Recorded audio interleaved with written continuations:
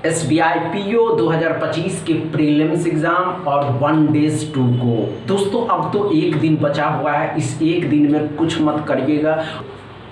इस एग्ज़ाम में क्या स्ट्रेटजी अपनाइएगा, क्योंकि अगर आप सभी एस्पिरेंट इस एग्ज़ाम को क्रैक करना चाहते हैं, इस एग्ज़ाम को देना चाहते हैं, या आप सभी एस्पिरेंट ये बात अच्छे से समझे कि जिनका सिलेक्शन प्रीवियस ईयर 2024 में हुआ है उन्होंने क्या स्ट्रेटजी को फॉलो किया है।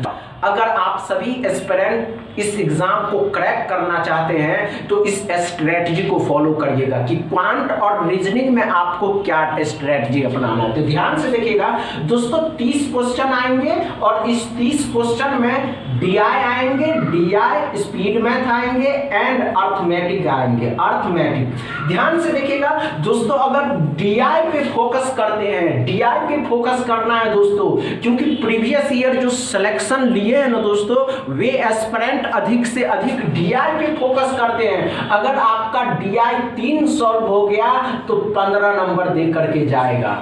अगर दोस्तों अगर स्पीड मैथ आ गए, स्पीड मैथ आ गए दोस्तों, स्पीड मैथ आ गए तो 6-7 तो आएंगे ही। तो ये 6-7 और ये मिल करके 21 नंबर तो ऐसे ही आपको क्वांट में आ जाएंगे। समझ में आ गया दोस्तों, अच्छी बात। अगर इसमें स्पीड मैथ नहीं आते हैं तो ये बनाइएगा अर्थमेटिक बचे हुए टाइम में, लेकिन डीआई अधिक फोकस करना, अर्थमेटिक नहीं। अर्थमेटिक प्रत्येक सेक्शन से आते हैं और डीआई 1 सेक्शन 2 सेक्शन से आएंगे। चलिए अब रीजनिंग की बात करते हैं दोस्तों। रीजनिंग में भी 30 क्वेश्चन आते हैं और इस 30 क्वेश्चन में पजल पे अधिक टाइम देना है दोस्तों। ये पजल पे अधिक इसलिए कि जो प्रीवियस ईयर सिलेक्शन लिए है ना, वो पजल को ही सॉल्व किए, क्योंकि पजल अगर 3 भी आते हैं तो 15 नंबर दे करके जाएंगे। समझ में आया दोस्तों, अच्छे से समझ रहे हैं। पजल अगर 3 आते हैं तो 15 नंबर दे करके जाएंगे। सिलॉक्स आएंगे और इन्हीं अदर 1 नंबरी जो होता है वो सब आएंगे, उसको सॉल्व करेंगे। समझ रहे हैं ना, अच्छे से समझ रहे हैं। अब इंग्लिश की बात करते हैं दोस्तों, तो इंग्लिश में 40 क्वेश्चन होगा।